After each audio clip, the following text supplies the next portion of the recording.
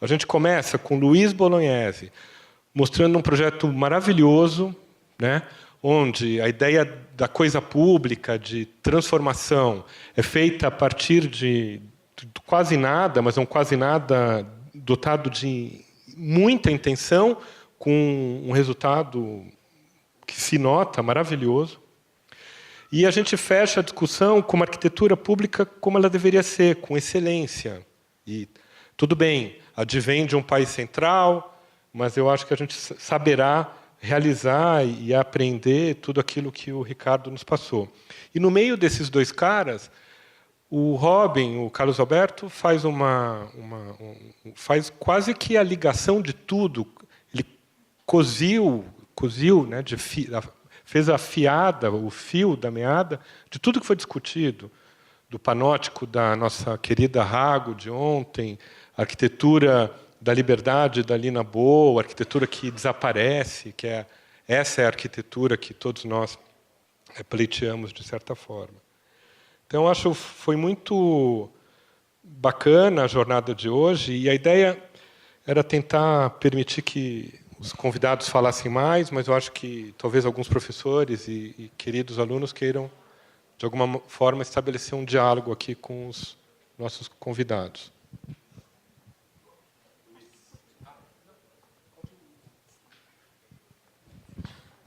Quer que eu fale?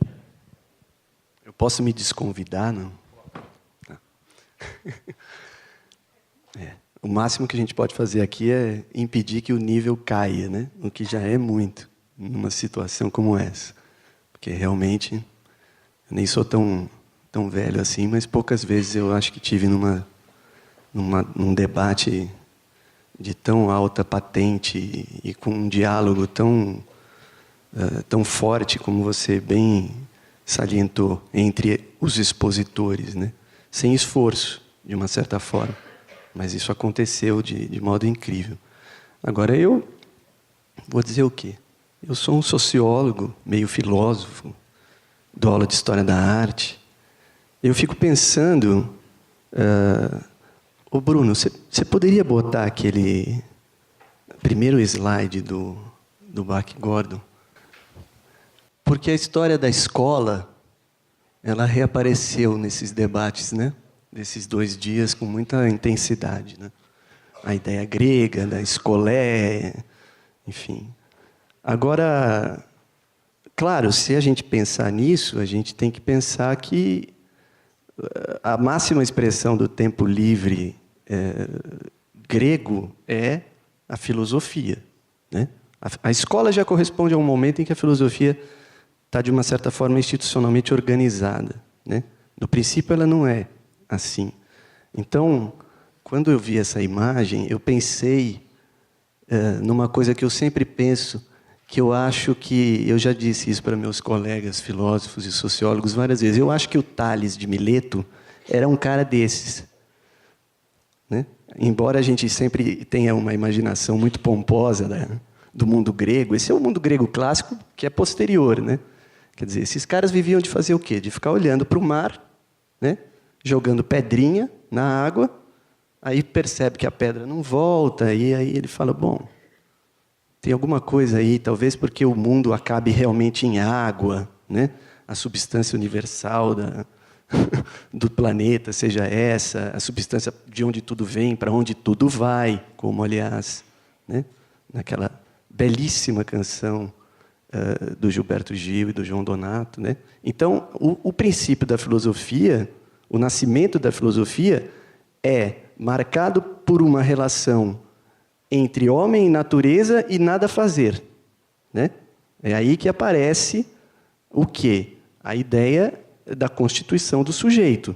O cara que percebe que ele existe, que ele está no mundo, né? E ele só pode ter essa percepção porque há uma espécie de um vazio que se interpõe, né, entre ele e o espaço.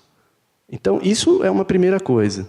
Depois, digamos, o mundo grego percebe, descobre que é preciso, né, para que isso aconteça, ou para que isso seja garantido de maneira sistemática, é preciso que você instaure algum tipo de programa formativo que garanta, né, que todos os indivíduos tenham, digamos, a possibilidade ou a oportunidade de ter essa experiência.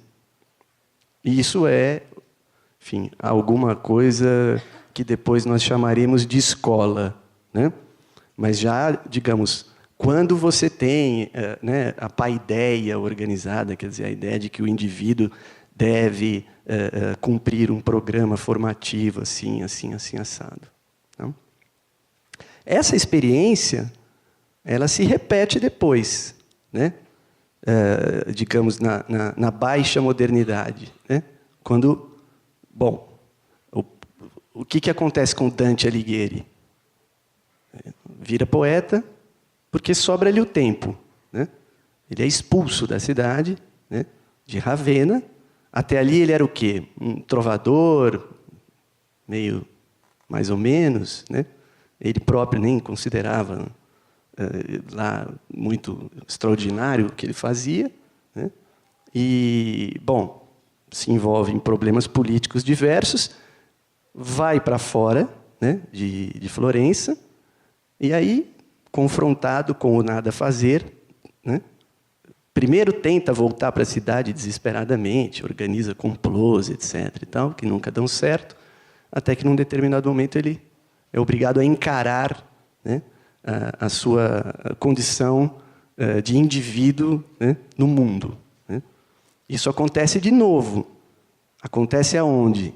Acontece no Alberti, né? Nosso grande Alberti. Bom, nosso, isto é, sobretudo para os arquitetos, né? Para mim também é alguma coisa de muito importante, mas, enfim, por outras razões. Agora, né, o que diz o Alberti? Quando vai escrever sobre a pintura, ele diz: sempre que eu tenho tempo livre, eu me dedico a pintar, e o que acontece comigo quando eu me dedico a pintar? Eu me espanto que tenham se passado 3 ou 4 horas. Agora, o que é pintar? Porque isso também é importante. Quer dizer, quando ele diz pintar, a gente sabe, pela descrição anterior, né, das páginas que vêm antes, a experiência da pintura para o Alberti é uma experiência de constituição do sujeito. Só pode pintar quem olha o mundo e se percebe dentro dele. Portanto, o ato de pintar é um ato de constituição da subjetividade e ele só acontece porque eu tenho tempo livre. E isso acontece de novo no Descartes. O discurso do método é uma história, tá certo? É uma espécie de um romance, né, em que ele nos conta que até o ponto da vida dele em que ele vivia carregado de obrigações e que ele tentava encontrar os caminhos, etc., nada encontrou. Ele só se encontra quando ele finalmente resolve, por assim dizer, vagabundear, né? E aí ele sai viajando pela Europa, e aí ele começa, então, a perceber que existe uma articulação possível entre todas as verdades e assim por diante. Então,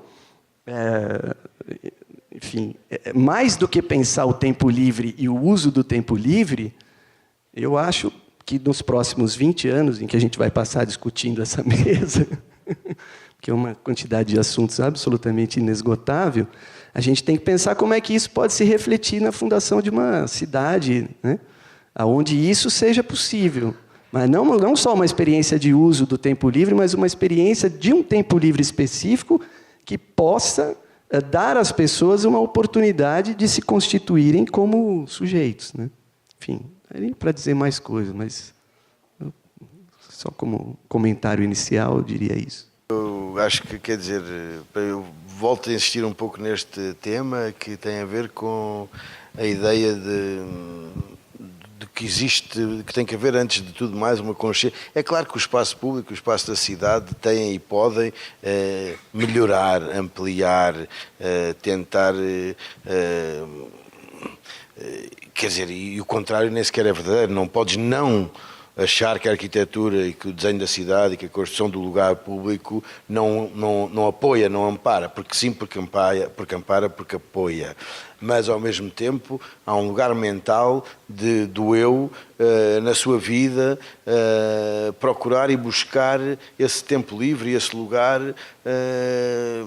que se calhar já lá está e ele ainda não o viu, ou quer dizer, e portanto essa tomada de consciência, essa questionar-nos a nós próprios todos os dias, e portanto se há alguma coisa, ou o que eu acho que é mais sugestivo aqui, e quer dizer que este seminário poderia dizer que é um modelo a repetir, que é esta introdução com base numa disciplina, que é a disciplina da arquitetura, da urbanidade, da cidade, da construção, trazer as componentes tantas do ponto de vista das humanísticas, da sociologia, da filosofia, para nos questionar, para perceber que isto não há limites, nem há territórios encerrados. Portanto, nenhum arquiteto, sem se pôr estas questões que nós estamos aqui a pôr, pode alguma vez ser capaz de poder participar e contribuir para a melhoria dos lugares e para potenciar a experiência do coletivo na cidade. Quer dizer, porque tem que, primeiro que tudo, pôr estas questões e, portanto,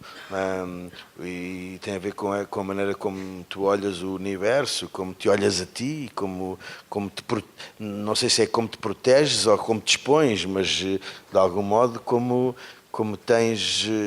geres a tua própria existência e esse equilíbrio. Eu acho que isso é que...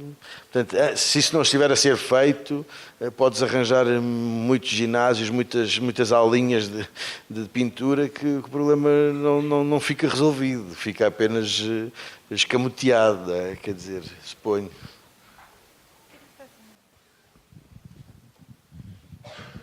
Então, eu queria só fazer um comentário do ponto de vista da arquitetura, ou do arquiteto agora, porque eu me lembro de uma frase que o Paulo fala sempre, inclusive nas conversas do trabalho do Museu dos Coches, isso apareceu muito fortemente, que ele fala da imprevisibilidade da vida e como os espaços, principalmente urbanos, teriam que dar conta de fornecer essa possibilidade, né, que é a possibilidade dos encontros imprevistos, da mudança de planos. E aí eu lembro de uma história que me deixou muito feliz, que aconteceu muito recentemente, que meu filho de 10 anos veio me pedir para levá-lo num encontro de um youtuber que ele admira e que ele queria ver. Era um encontro organizado no Shopping Iguatemi, sexta-feira, no final da tarde.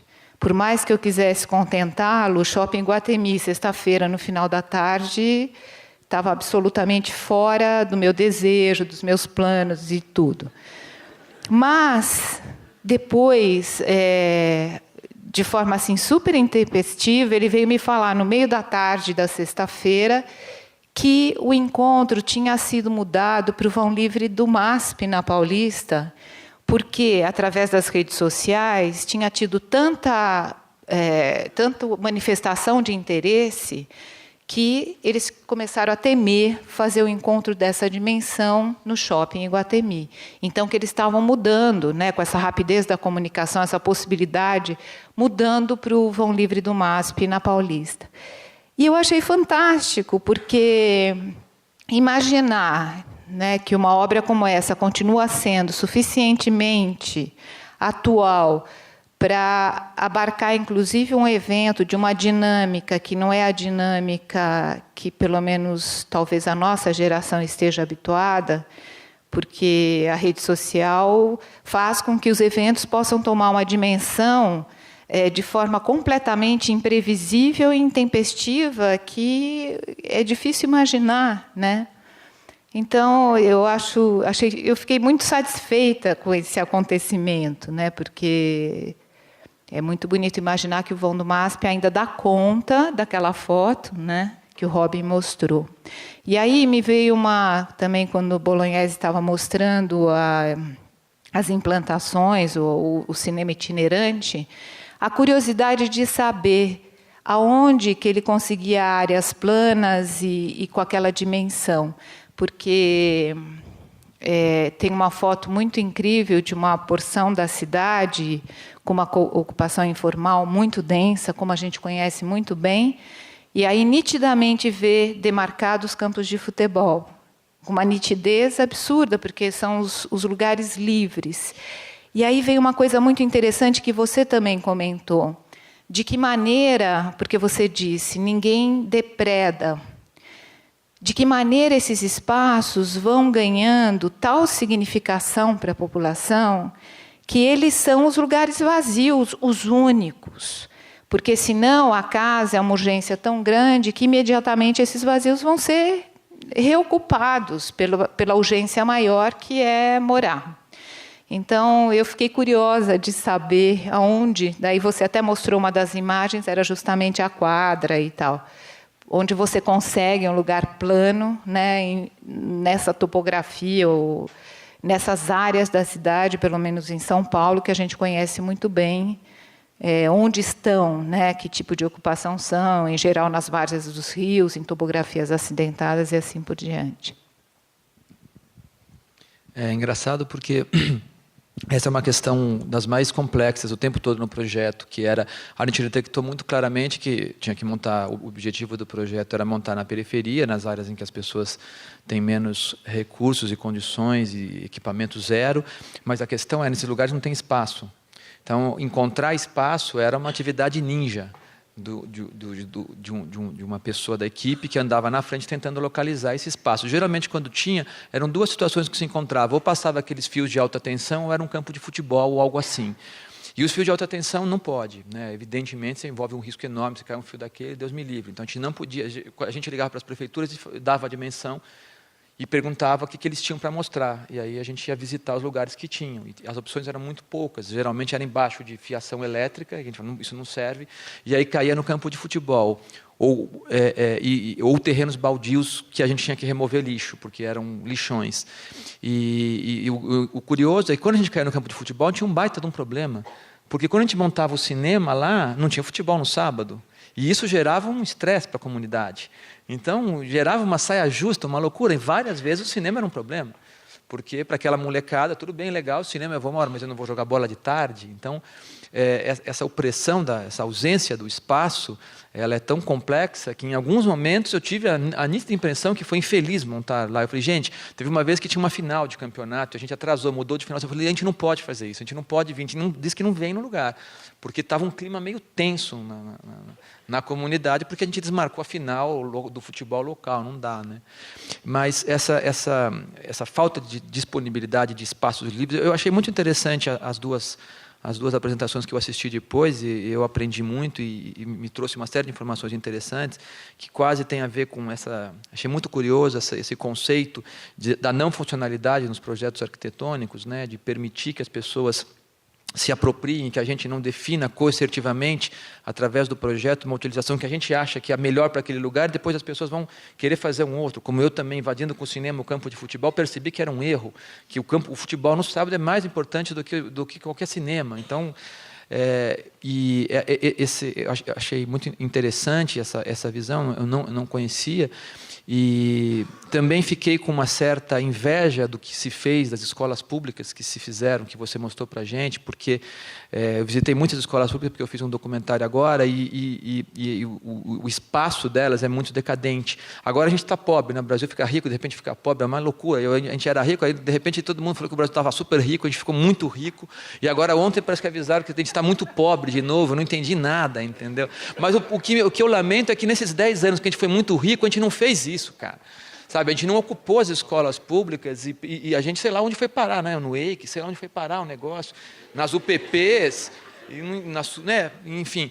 Mas também, não sendo totalmente pessimista, e essa coisa que sei lá, um conceito quase não pejorativo, mas que eu vi dos conceitos de vocês, da maneira, o que eu vi no projeto da escola, que são espaços vazios, o próprio conceito do Ibirapuera, que é um nada que as pessoas ocupam e aquilo viram tudo, impressionante, e eu vi isso no seu projeto, eu acho isso genial. Tem uma coisa acontecendo na cidade que me lembra isso, essa baixa intervenção arquitetônica, ou seja, uma grande intervenção na cidade, mas com baixos níveis de intervenção coercitiva, mas que facilita os fluxos com pouco investimento, que é as ciclovias. Essa ciclovia de São Paulo, gente, assim, no meio, né, de vocês que são os urbanistas e arquitetos e tal, para mim é uma das coisas mais importantes que aconteceu na minha cidade, acho que desde que eu nasci, porque ela está permitindo um fluxo. Eu voltei a andar de bicicleta, andei muito de bicicleta, parei, agora voltei a andar de bicicleta. E ela é engraçado porque é uma intervenção extremamente potente, é muito potente, está mudando vários movimentos da cidade, muita gente está andando de bicicleta. Eu noto porque eu estou andando semanas de bicicleta e a cada semana não cresce em PG, infelizmente, mas cresce em PA claramente o número de pessoas que estão usando. Na mesma rua que num dia eu passava e eu encontrava 2 pessoas de bicicleta, na segunda semana eram 4, na terceira 8, depois 12, e o que é mais curioso, e que isso é maravilhoso, é que eu estou andando de bicicleta, e eu estou indo, sei lá, entregar um roteiro, fazer uma reunião, alguma coisa assim, e eu vou encontrando andando de bicicleta, os caras que moram na favela do lado, perto de onde eu moro, que vão trabalhar de pedreiro, de pintor, e estamos iguais. Não, eu saio do meu condomínio de bicicleta e vou cruzando, e a gente troca olhares, e é extremamente igual a situação. Ele está indo trabalhar, eu também estou indo trabalhar, e é diferente, porque não tem uma relação de que ele está no ônibus e eu tenho uma ideia, mas muita gente tem uma pajeira no meu condomínio. Então, é muito desigual, o cara que está no ponto de ônibus e o outro que está fechado no ar-condicionado. Mas na hora que se proporciona, e eu estou sentindo que isso está começando em PA, mas tem um poder de PG muito grande, é uma intervenção que é só nem sei se a cor é legal, mas, enfim, uma desocupação do espaço, liberar o carro para lá, e me lembra muito as coisas que eu vi das apresentações de vocês, da maneira, achei absolutamente genial aquele ciclo que você fez com o chão, que desestabiliza e promove o skate e a bicicleta, num espaço institucional que tem uma coisa que parece uma coisa aristocrática, pesada, que é um pouco como a sociedade nossa se comporta, num tom de aristocracia, de afastar todos os movimentos sociais. Então, esse movimento que eu vi nos trabalhos de vocês, de propor isso para dentro, me deu uma esperança, assim, no sentido de uma arquitetura que propõe uma utilização do espaço libertária, desarquitetorizante, e que eu vejo um sinal disso na nossa cidade com essas ciclofaixas, que só para dar uma nota assim, de que tem coisas bacanas, interessantes, e eu acho essa intervenção das mais bacanas. Mas o fato é, precisamos libertar os espaços, encontrar espaços, voltando à sua pergunta, da dificuldade de encontrar um lugar para montar o cinema, que é libertar os espaços para que eles se tornem públicos e igualitários. Esse eu acho que é o desafio para vocês todos. Bom.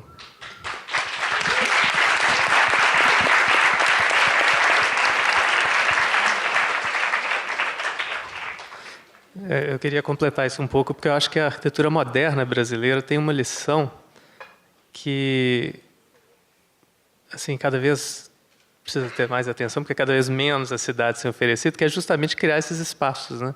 Que são espaços que têm uma certa generosidade, em escala, em abertura, e eu acho que isso é um programa, né? Você falou que a Marquise tem um programa, né? Ela não tem um programa funcional, mas eu acho que isso é uma diferença. Um dia alguém me contou essa história, não me lembro quem, que a Lina tinha essa discussão, que ela estava participando de um concurso, e o pessoal vinha, ela falava, não tem um programa para isso, não tem um programa para isso, não tem um programa para isso. Aí um dia chegou, bom, nós temos um programa. Ela não estava falando de um programa funcional, né? Um programa de espaços que precisavam ser agenciados. Ela estava falando de um programa no sentido muito mais conceitual, né, de uma proposta de ação, né? Eu acho que, nesse sentido, a Marquise é um programa, né? Tem um programa ali de constituir um tipo de espaço, e eu acho que esse programa é um programa que continua válido, né? Ele precisa, na verdade, continua urgente, e está cada vez mais urgente, que é justamente constituir territórios livres, né? Esses territórios que são públicos de fato, assim, né? Públicos no sentido do que é de todo mundo. Porque quando você põe uma rua com um automóvel circulando, você está dispondo um território público para estacionar, para guardar um bem privado, né? Que não faz o menor sentido. Quer dizer, quanto maior o seu carro, mais você usufrui da rua. Isso não faz sentido, né? A rua não está sendo de todos, né? Então, essa reversão que iguala e que democratiza o uso do espaço é talvez uma condição fundamental. E o que eu acho muito legal, porque eu não sou aqui de São Paulo, mas eu vejo que São Paulo, em todas as... Por exemplo, São Paulo tampou os rios. Aí Belo Horizonte tampou os rios. Aí as cidades do interior de Minas Gerais tamparam os rios. Então, quando eu vejo São Paulo fazendo ciclovias, isso me alegra, porque eu acho que os exemplos vão prosperar de uma maneira positiva no país. Sabe? Assim, uma coisa que você falou que me chama muita atenção, que me parece, vou guardar para sempre, essa coisa do espaço que permite e que permite uma apropriação não prevista, e que isso é uma arquitetura safa, inteligente, esperta. Tem uma coisa acontecendo interessante. Já em si, o conceito da rodovia, da ciclovia, já é genial. Mas está acontecendo, eu tenho notado uma apropriação não prevista da própria funcionalidade da bicicleta, que é o seguinte, tenho visto muita mãe andando com carrinho de bebê na ciclofaixa. Isso é magnífico. E aí, outro dia, eu vi uma que essa me emocionou. Um cara de cadeira de roda na ciclofaixa. Ele não tinha essa possibilidade. As calçadas são impossíveis do cara ir de um lugar para o outro. Então, há também, né, imediatamente já não serve só para a bicicleta, é muito libertário, é muito interessante o que está acontecendo ali nesse sentido. Que é um efeito colateral, né?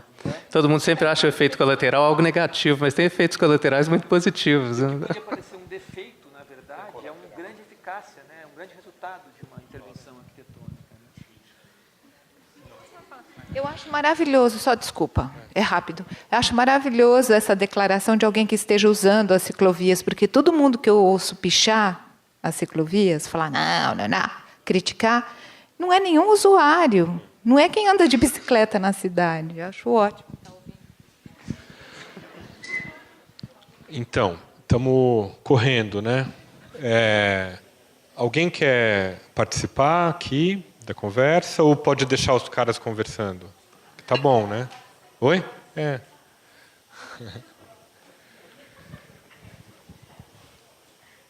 Não? Ah, você quer?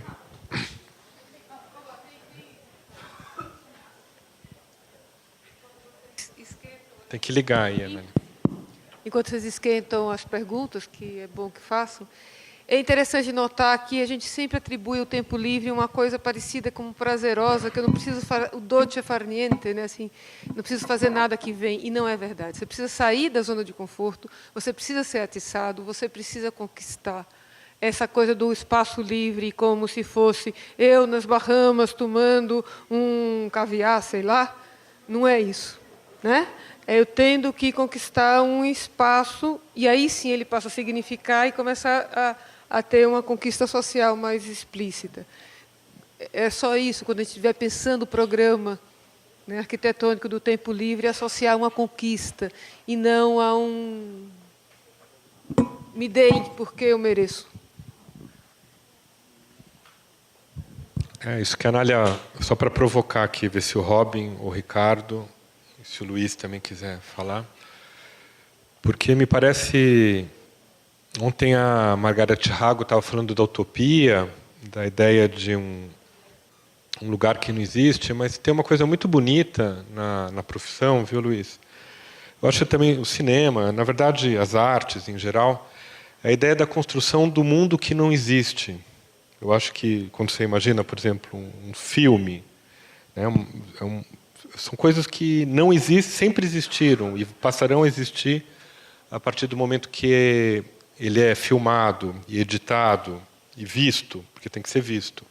E a arquitetura não deixa de ter esse sentido de ser a construção do mundo que não existe e que existe, que vive em cada um de nós, mas que será construído. Então eu acho muito bonito o desafio colocado pelo EV desse semestre, que é a ideia do tempo livre, porque não é um programa, não é uma área. Claro que existe um objeto de estudo, um circunscrito, que é um bairro, mas que na realidade é um modelo, é a periferia. Podemos falar em um parâmetro de projeto, mais do que uma área. Mas a ideia de nós termos que necessariamente, coletivamente, individualmente, e para isso acho que esse seminário será muito útil, de certa forma, construirmos esse mundo que não existe, talvez aquele mundo que a Margarete falou ontem, aquela civilização com barcos, porque sem barcos, como a Margarete acabou a palestra de ontem, não é muito boa, né? Porque os corsários são substituídos pela polícia e tudo mais. eu acho muito bacana. Então, é lindo ver o projeto do Luiz de uma forma... né, eu acho que a ideia, o desejo de você levar para todos o cinema me lembra outra frase do Paulo Mendes da Rocha, a Marta colocou aqui, aí o Robin pode comentá-la, o Ricardo, que trabalhou com o Paulo, que a ideia é que, quando perguntaram para o Paulo, isso foi na Bienal de 1997, Marta, 92, 93, não teve 92? Acho que 97, né, Ciro? Perguntaram para vários arquitetos, o que é arquitetura? E todo mundo demorava para responder, tinha uns que sofriam para responder. É difícil para caramba essa pergunta. E o Paulo respondeu numa frase: arquitetura é defender a ideia de cidade para todos. Então é um pouco, né, quando você faz o cinema para todos, e a ideia do tempo livre, o que nos motiva, o que é a civilização com barcos? É o mundo de todos, não é? Não pode ser um mundo de apenas alguns.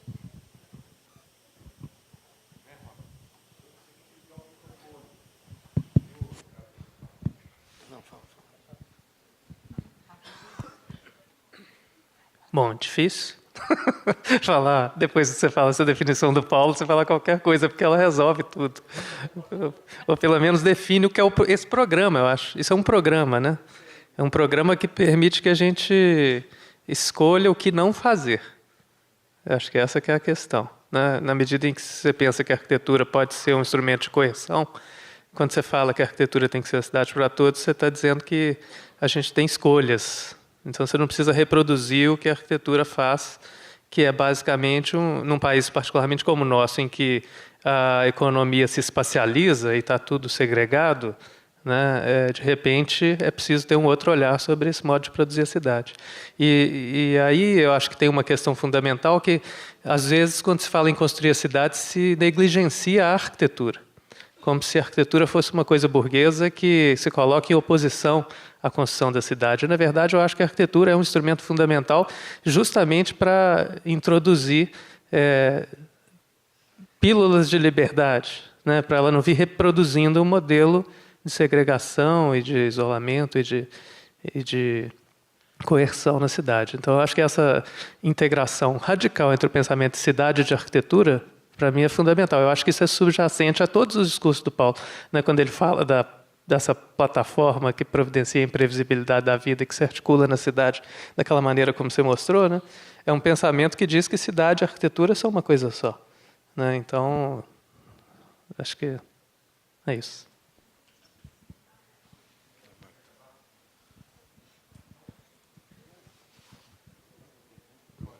Não, então deixa eu... Ninguém quer falar? Não? Tá bom.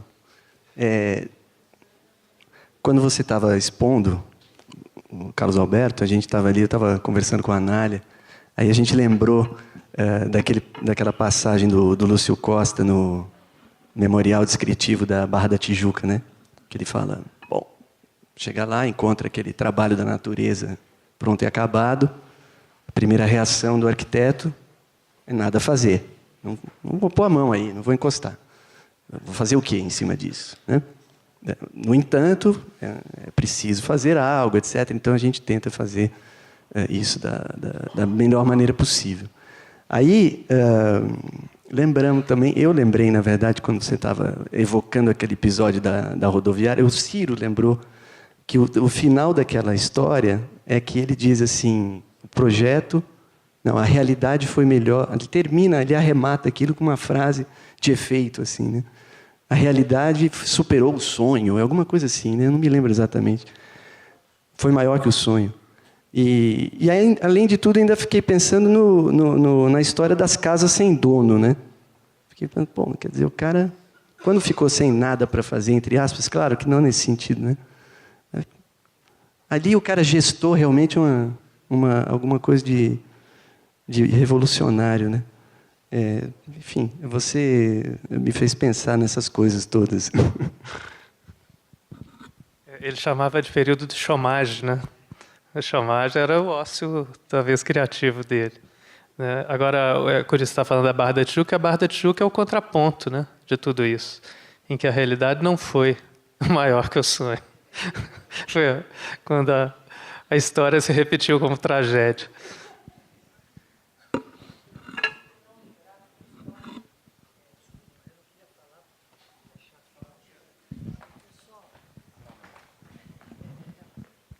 É inevitável. Eu tinha prometido aqui, até falei com o Cássio que eu não ia falar nada, mas eu não consigo não lembrar de uma história maravilhosa dentro desse contexto que nós estamos conversando, da famosa história do Paul Valéry sobre o construtor de navios, já que nós falamos tanto de barcos, né? O homem que sabia tão bem construir os barcos, mas ele sabia encaixar a madeira, passar o betume, tudo direitinho. Ele era um exímio construtor de barco. Mas o que ele queria mesmo era viajar. A sua intenção não era o barco. Eu acho que quando a gente faz uma coisa cuja intenção é outra, aí ela ganha essa força, essa dimensão que a gente está tentando dizer. A sua intenção, no meu entender, se eu estiver equivocado, de fazer o cinema, é claro que é fazer o cinema, mas não é o cinema. É muito mais que isso, né? Não é o barco, é uma viagem. Então, essa dimensão que as coisas ganham que não são materiais, é o que todos os ofícios lutam, né? Não é a materialidade da viga e do pilar, ou do ensino da arquitetura na escola da cidade ou em qualquer escola de arquitetura do mundo, que realmente nos interessa. Isso é como se fosse um dado pressuposto já que todo mundo tem que saber como fazer uma viga, um pilar e uma janela. Mas a janela é a passagem do olhar, muito mais que a janela em si, da imaginação, do sonho. Então, essa dimensão da janela ultrapassa a dimensão da janela em si. Então, eu acho que essa discussão que permeia esse nosso seminário, que eu acho que é tão bonita, quer dizer, e que nos desafia. Então, o que seria educar um jovem, todos eles que estão aqui, que é a nossa discussão permanente da escola, a esse ofício que é a arquitetura? É um desafio. Porque aí tem o Ministério da Educação, que faz você ter não sei quantas aulas, porque precisa ser assim, e aí vai por aí afora. Então, eu acho que a discussão é bonita, né? Mas não é só isso. Alô, só para arrematar, eu vou fazer um comentário aqui para o Luiz. Cumpri a minha lição de casa integralmente. Também quando... acho que o Ricardo estava falando, a gente estava ali cochichando e a Nália lembrou. Não, a gente falou muito. Ela falou, uma vez perguntaram para o Marcello Mastroianni o que ele fazia, né, no tempo livre. E ele respondeu, supostamente, essas coisas são sempre meio lendárias, né, mas tudo bem. Eu durmo. Aí eu falei, claro, só um cara do cinema poderia dar uma resposta dessa, né? Porque, obviamente, e o teu trabalho é disso que se trata, né? Você reintroduzir o sonho, né, dentro desse cotidiano aberto, né? O Fellini é a expressão máxima disso, né? Você vai ao cinema e pode dormir, inclusive, não tem problema. Se você dorme, é porque o filme foi eficaz. Porque ele está feito para fazer você dormir, né? Porque você tem que soltar, quer dizer, a liberdade é também a liberdade da sua própria consciência, né? Pode até não gostar, né? A pessoa pode até não gostar do filme, né? Então, pessoal, é isso. Eu agradeço novamente ao SESC pela acolhida calorosa e amanhã a gente espera todos vocês no SESC Vila Mariana. Obrigado.